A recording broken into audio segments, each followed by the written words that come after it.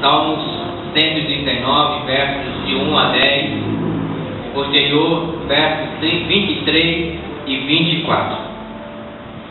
Diz assim a palavra de Deus: Senhor, Tu me sondas e me conheces. Sabes quando me sento e quando me levanto. De longe percebes os meus pensamentos. Sabes muito bem quando trabalho e quando descanso. Todos os meus caminhos te são bem conhecidos. Antes mesmo que a palavra me chegue à língua, Tu já a conheces inteiramente, Senhor. Tu me cercas por detrás e pela frente e põe a Tua mão sobre mim. Tal conhecimento é maravilhoso demais e está além do meu alcance. É tão elevado que não o posso atingir. Para onde poderia eu escapar do Teu Espírito? Para onde poderia fugir da Tua presença? Se eu subir aos céus, lá estás. Se eu fizer a minha cama na sepultura, no Sheol, também lá estás. Se eu subir com as asas da alvorada e morar na extremidade do mar, mesmo ali a Tua mão direita me guiará e me sustentará. Versículo 23 e 24, verso 23 e 24. Sonda-me, ó Deus, e conhece o meu coração. Prova-me e conhece as minhas inquietações. Vê em minha conduta algo que te ofende e dirige-me pelo caminho eterno. Amém? Amém. Senhor, nós não temos outro pedido, Deus, ao Teu Santo Espírito, se não for entender, Senhor Deus, o profundo dessa mensagem. Profundo, Deus, revelado e inspirado pelo Teu Santo Espírito na mente de Davi. E como ele estava, Deus, se conhecendo ao escrever esses versos poéticos, essa canção, Senhor Deus, que todo o povo de Israel cantava. E hoje, ó Deus, ao lermos, nós presenciamos que ele pôde, na sua maior inspiração, revelar quem Tu és. Revelar, Senhor Deus, qualidades da Tua personalidade. Por isso, Deus, nos revele, nos ilumine também, Senhor Deus, para que aqui possamos sair daqui entendendo realmente, possamos crescer, possamos, Senhor, ouvir a Tua mensagem e guardá-la no nosso coração. E além de tudo, Senhor, e mais importante, trazer mudança em nosso caráter. Em nome de Jesus. Amém. Podemos sentar, queridos? Eu queria trazer nessa noite como tema a essa mensagem, como tema a esses versos lidos, a esse cântico de Davi, dizendo: não posso enganar Deus. Não posso de maneira nenhuma enganá-lo. E se você na sua vida ainda não é uma pessoa convertida, se for somente uma pessoa convencida, eu quero que você saia desse patamar de convencimento e venha se converter. E venha experimentar quem é o nosso Deus. E poder cantar: tão grande é meu Deus. Não porque outras pessoas lhe ensinaram ou porque outras pessoas falaram, mas porque a sua intimidade agora na conversão gerou em você atitudes de mudança. Amém? Na vida cristã, queridos, as revelações de Deus na minha, principalmente na minha vida, elas foram progressivas e crescentes. O que eu era no começo de minha vida cristã, hoje já houve muitas mudanças. Muitas. Olho em meu caráter e percebo atitudes novas, ideias novas, planos novos. Quando então lemos esse salmo, nós percebemos que Davi queria mostrar quem era Deus. Quem era Deus? Queria mostrar suas qualidades, queria mostrar o seu poder, ou os seus poderes. Ele queria também dizer a nós que o mais importante de tudo isso é o amor que ele tinha por ele, por Davi, que chegou a um ponto que ele não poderia mais agora viver sem o seu Deus. não conseguia mais viver sem o seu Deus. Ele tinha uma paixão tão grande, que os seus versos, seus cânticos, revelavam a sua paixão, revelava o seu desejo por Deus, revelava aquilo que estava no profundo de um coração de adorador, um coração temente a Deus. Ele necessitava expressar então toda a onisciência e a onipresença de Deus. Em contrapartida, ele reconhecia a ajuda de Deus para modificar então as suas atitudes. Queridos, não podemos mudar nada na nossa vida se isso não vier do Espírito de Deus, se isso não vier com a ajuda de Deus. Até tentamos muitas das vezes mudar alguns costumes nossos, mas não conseguimos. Passa-se alguns dias, passa-se algumas semanas, e geradas pelo Espírito Santo em nosso ser, só poderá vir dele, somente dele.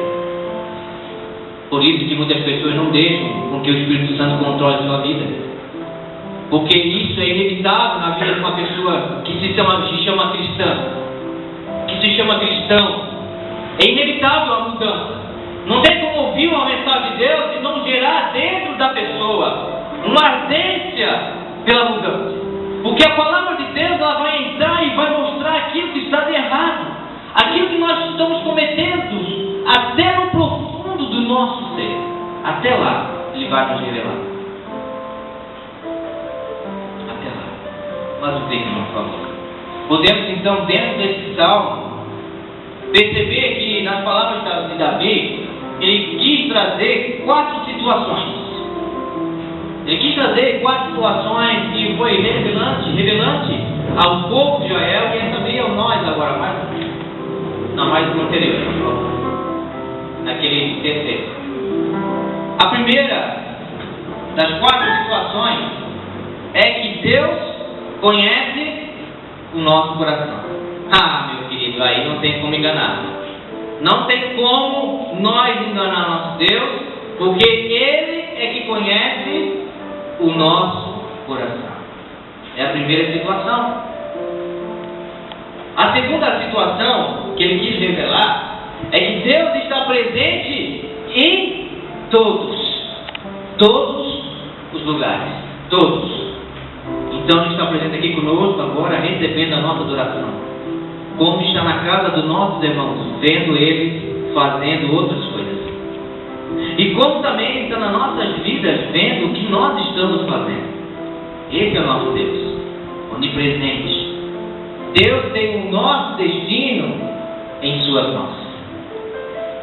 Ele tem, queridos, o nosso destino. E o destino não está aqui traçado por horóscopos, não está traçado por cartomantes, não está traçado por tarô, não está traçado por nenhuma feitiçaria, mas está traçado na mão de Deus. Na mão dele é que está a nossa vida. Como também algo que ele traz no seu profundo dentro desse Salmo 139, dizendo que Deus ainda vai destruir o pecado em todo o universo. Pois o pecado, ele abalou todo o sistema, não somente a raça humana, mas todo o sistema. Por isso que Paulo vai chegar e vai dizer que a natureza, ela geme pela manifestação dos filhos de Deus. E essa manifestação, querido, é exatamente algo que vai acontecer no futuro. Talvez amanhã, talvez 10 anos, ninguém sabe o dia. Muitos tentaram colocar uma data especificando a volta do Senhor, mas não conseguiram. Porque quando a igreja subir, então tudo será transformado. Tudo. E a natureza geme, ela geme por isso. A conclusão, então, que Davi, inspirado pelo Espírito Santo, chega a declarar dentro da onipresença de Deus, é dizendo: acima de mim, acima de mim, lá na extremidade, mas não somente na extremidade, também embaixo de mim. E também ao meu redor. Existe um outro ser, uma pessoa infinitamente maior do que eu. Essa foi a conclusão de Davi nesse salmo. Onde eu irei? Como eu poderei enganar o meu Deus se Ele está em tudo que é lugar? Se eu me esconder no mais profundo do mar, lá eu vou encontrar Ele. Se lembra de Jonas? Dentro então da barriga daquele grande peixe, lá no profundo do mar, ele orou e conversou com Deus. Aonde nós nos esconderemos de Deus? Aonde? Então, querido, eu pergunto para você nessa noite, como fica então a minha vida fora da igreja? Como é que é eu fora da porta da igreja?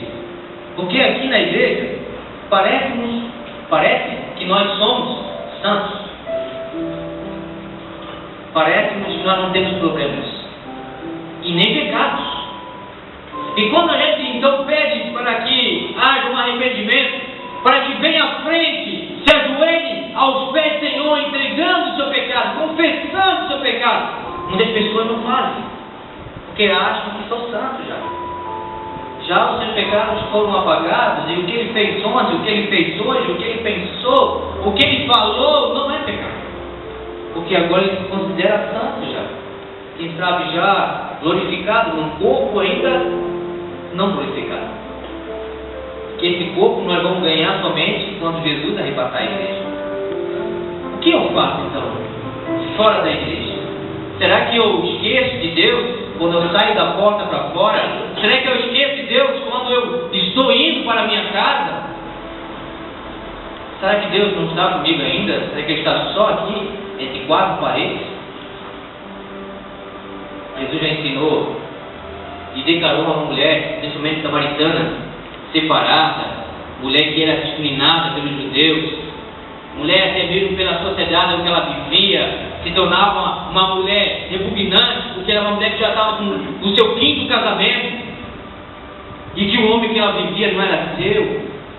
Jesus entra a ela, conversa com ela, rompe todos os obstáculos culturais, o obstáculo social, e diz a ela: verá um dia em que vocês que adoram aqui nesse monte, e os judeus que adoram em Jerusalém, não adorarão mais em monte nenhum, mas os verdadeiros adoradores adorarão o Pai em espírito e em verdade. Glória a Deus.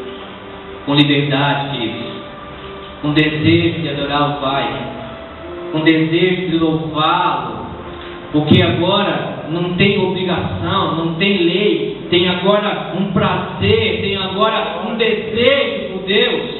É isso que ele sentiu, um desejo por Deus. Como posso me esconder? Como posso enganar a Deus? Não posso. Deus está em todos os lugares. Será que Deus vê então as minhas atitudes quando eu estou com meus colegas? Aquela rodinha boa, aquela conversa não tão sã, aquelas conversas impuras, na minha casa. Será que Deus está comigo? Olhando então as minhas atitudes? E quando eu navego na internet, com aquelas páginas todas abertas na minha frente, despertando todos os meus hormônios, despertando toda a atração dos meus olhos, será que Deus não está comigo? Será que Ele não está vendo as minhas atitudes? E no meu trabalho? Será que eu sou um bom empregado? Nos meus negócios? Será que eu sou honesto em tudo? E no meu casamento? Será que eu sou fiel? E minhas palavras? Será que elas são cumpridas? Ou elas são mentirosas?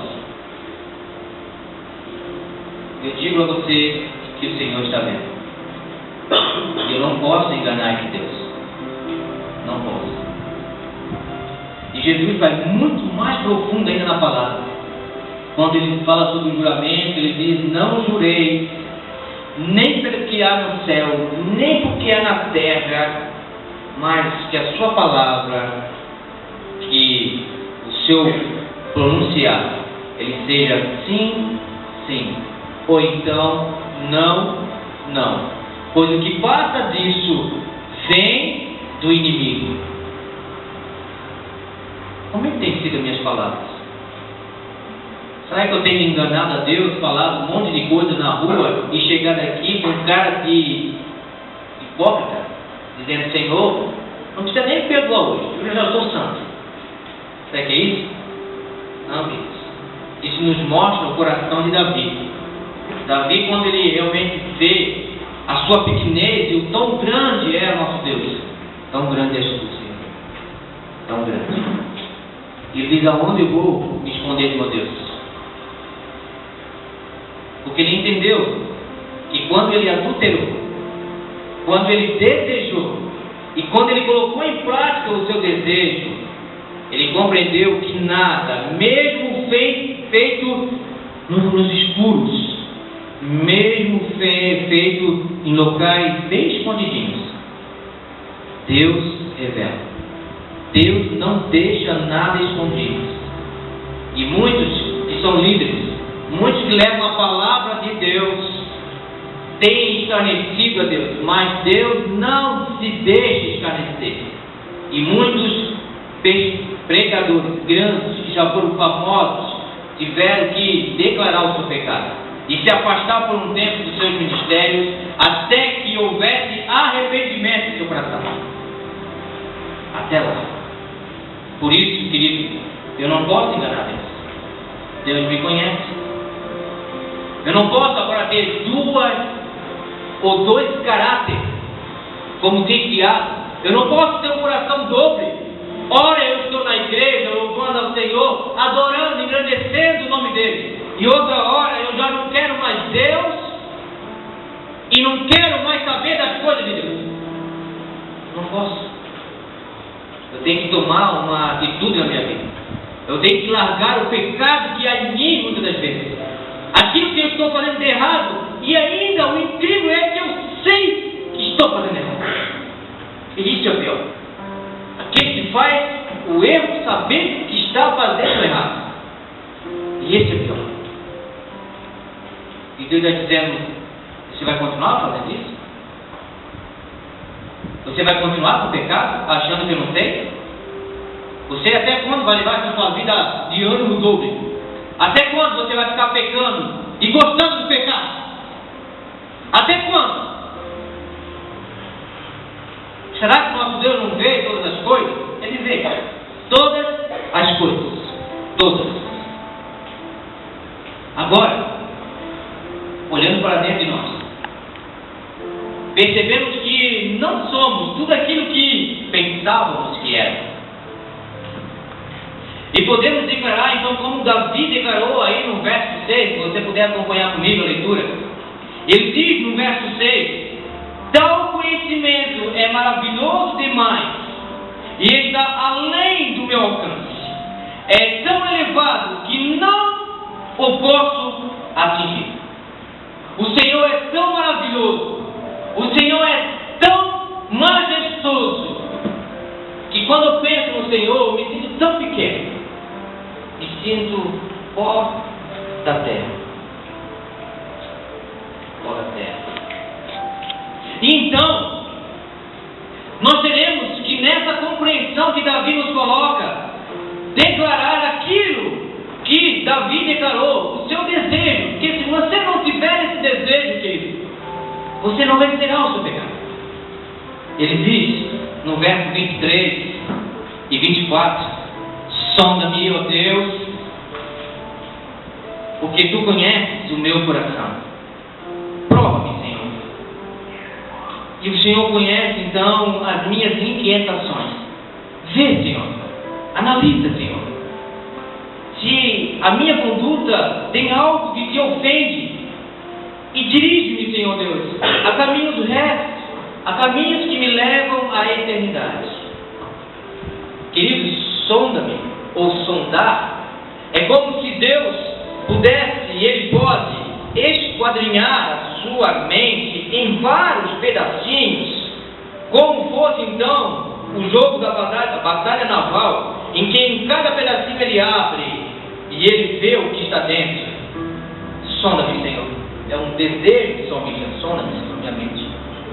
Olha, Senhor Deus, se há algo dentro de mim ainda que está obscuro, algo que está escondido, algo que eu esteja fazendo de errado.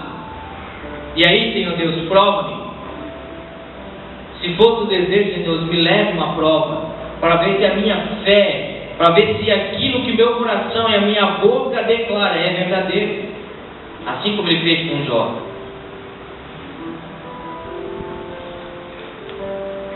Mas, ao fazer esse pedido, Deus lhe mostra o erro. Se você fizer esse pedido com o coração, meu querido e minha querida, querendo mudança, então, o que você vai fazer? O que você vai fazer? Vai permanecer no erro? Ou vai tomar uma atitude de mudança? Largará ou não o pecado? O que você vai fazer? Sabe uma coisa? Quando Deus revela, quando Deus mostra, aquilo que Ele mostra, querido, é muitas das vezes aquilo que nós gostamos. É aquilo que nos traz o agrado, aquilo que nos traz prazer, aquilo que muitas das vezes até a minha cabeça, o meu hormônio está acostumado. E aí o Senhor, nessa noite, nesse salmo, nos desafia, dizendo: você quer realmente que eu sonde a sua mente? E se eu sondar e tiver algo de errado, qual vai ser a sua atitude? Qual vai ser? Você permanece então afundado no pecado, ou você vai ter coragem de negar o pecado? E diga você, o povo de Israel, anos à frente, após essa mensagem de Davi, Deus deu a permissão que Nabucodonosor pudesse vir até Jerusalém, destruir tudo o que eles tinham, o templo, a nação, as casas, e levou então cativo tudo aquilo que eles tinham, por causa do pecado deles. Porque Jeremias passou anos e anos dizendo: arrependa da idolatria de vocês. Vocês estão na idolatria. Vocês estão deixando que falsos profetas falem a vocês coisas boas. Falem a vocês aquilo que eu, Deus, não falei. Porque eles não quiseram largar o pecado. Mas se Deus te revelar algo nessa noite, meu querido, se o teu desejo for para que Deus venha sondar a sua mente, venha esquadrinhar o seu pensamento e venha buscar dentro de você aquilo que realmente você é, e se Ele mostrar algo ali de errado, tenha coragem. O Espírito Santo vai lhe ajudar a sair do pecado. Quando então o escritor de Hebreus começa a ministrar, começa a escrever a sua carta, ele no capítulo 3 e no capítulo 4, ele vai trazer por 3 vezes uma exortação àquele povo, dizendo: hoje, querido, é hoje.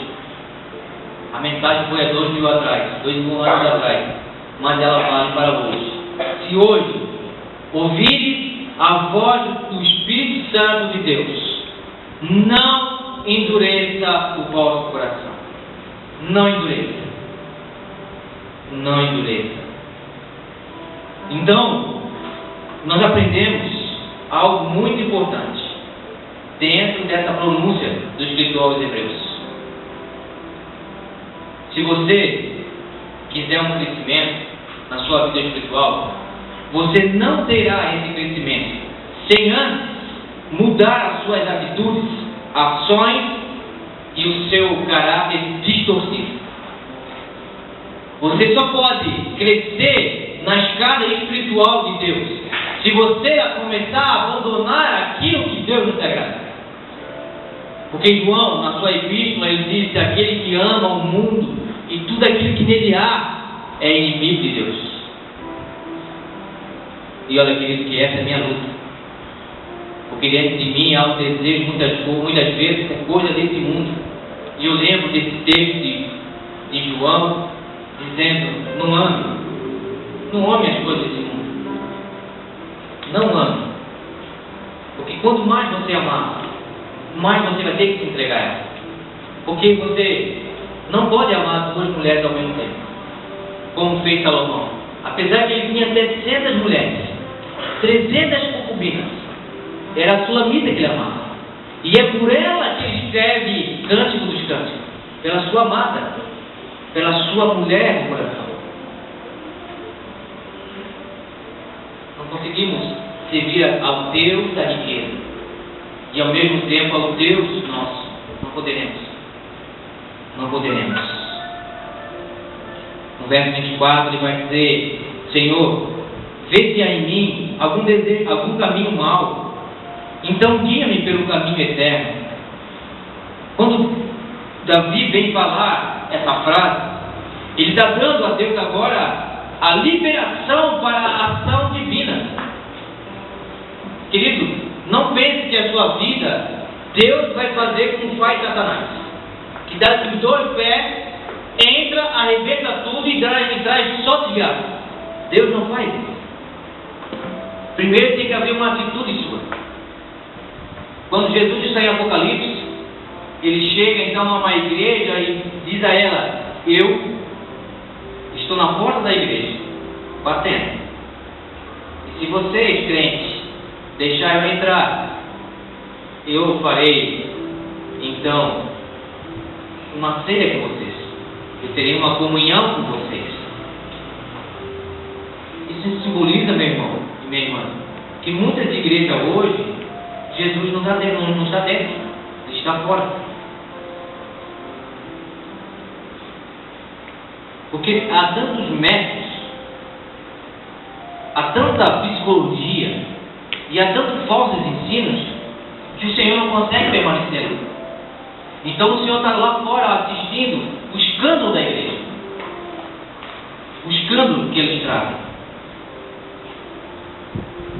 Hebreus vai dizer, portanto, já que estamos recebendo agora, se você já recebeu, e eu creio que eu tenho recebido, eu dou glória a Deus por isso, por essa convicção, ter recebido um reino inabalável, seja agradecido, e assim adoremos a Deus, aceitável de nós, como adoradores, ter reverência, saber quem Ele é e temor o que Ele pode fazer.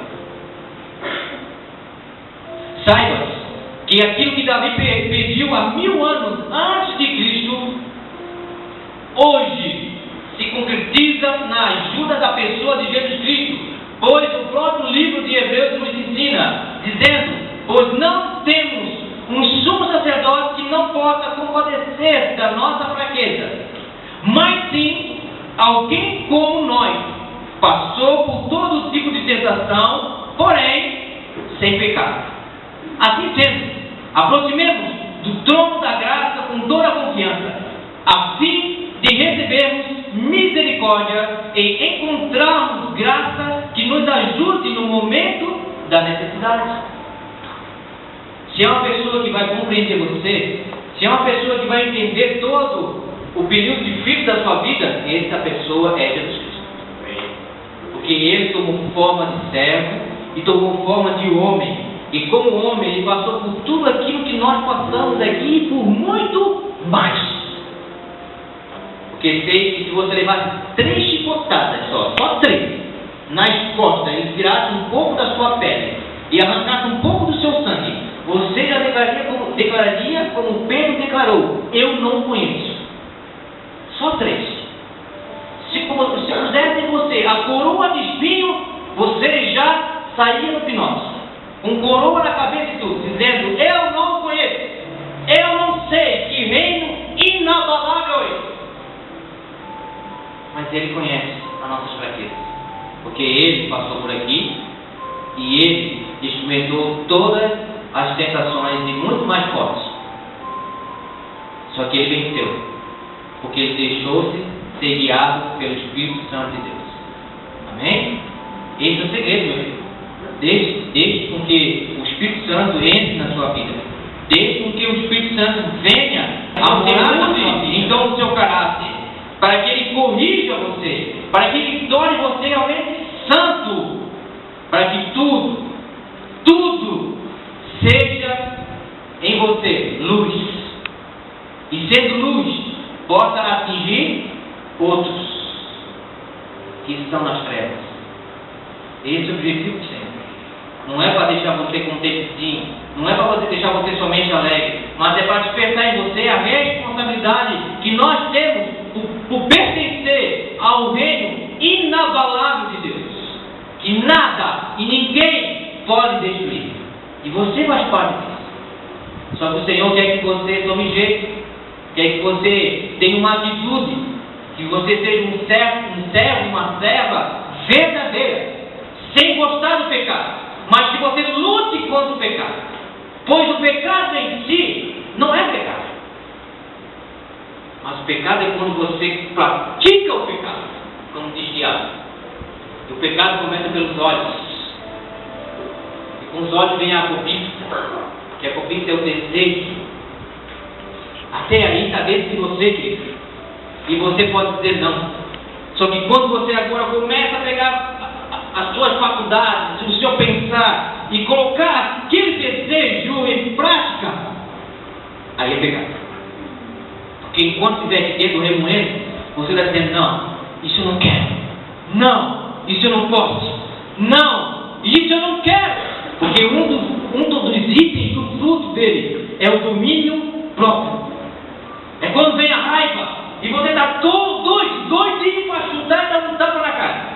Mas você diz: não, eu não posso, eu não devo, eu sou servo, eu sou serva, eu não posso. E você controla algo que está dentro de você. É quando aquele menino, aquela menina já está dando bola a você há um mês. E é só tomar cantadinha e levar para a cama. Ou ele levar para a cama, ou ela se interessar em levar para a cama. E você diz: não, isso Deus falou que não. Isso é só no casamento. Porque foi o que Deus me ensinou na Bíblia. Só no casamento. E eu começo a lutar, dizendo não. E se preciso for aquilo que Paulo ensinou: fuja da prostituição. Fuja. Financei. Apague a MSN, apague o Orkut, bloqueie aquela pessoa da sua vida. Se ela for te levar, e se ela tem algo que desperta dentro de você o pecado, pois o pecado é pecado quando você coloca em prática. Até então você consegue controlar. E você vai ter a vitória quando o Espírito Santo dominar o céu. Quando o Espírito Santo, meu querido, conduzir você. Quando você tiver o desejo de ser cheio pelo Espírito Santo. E ser cheio do Espírito Santo não é levantar a mãozinha para o céu e começar a falar em línguas. Não é isso. Ser cheio do Espírito Santo é mudar as características em mim. É mudar as minhas atitudes, as minhas ações. É mudar a minha fala. É mudar o meu entendimento. Aí sim, estarei cheio do Espírito Santo. Cheio, transbordante. O salmista, ele deixa uma mensagem para nós. Eu queria que você tivesse guardado no seu coração. Eu queria que você fizesse esse pedido todos os dias, dizendo: Senhor, sonda-me. Sonda-me. Olha a minha mente, o meu coração. Como é que está o meu caminho, Deus? Como é que estão as minhas escolhas? Como é que está exatamente eu como sendo servo teu? Como é que está, Senhor? Sonda-me. Que esse desejo e esse pedido esteja guardado no seu coração. Que ele esteja realmente transbordando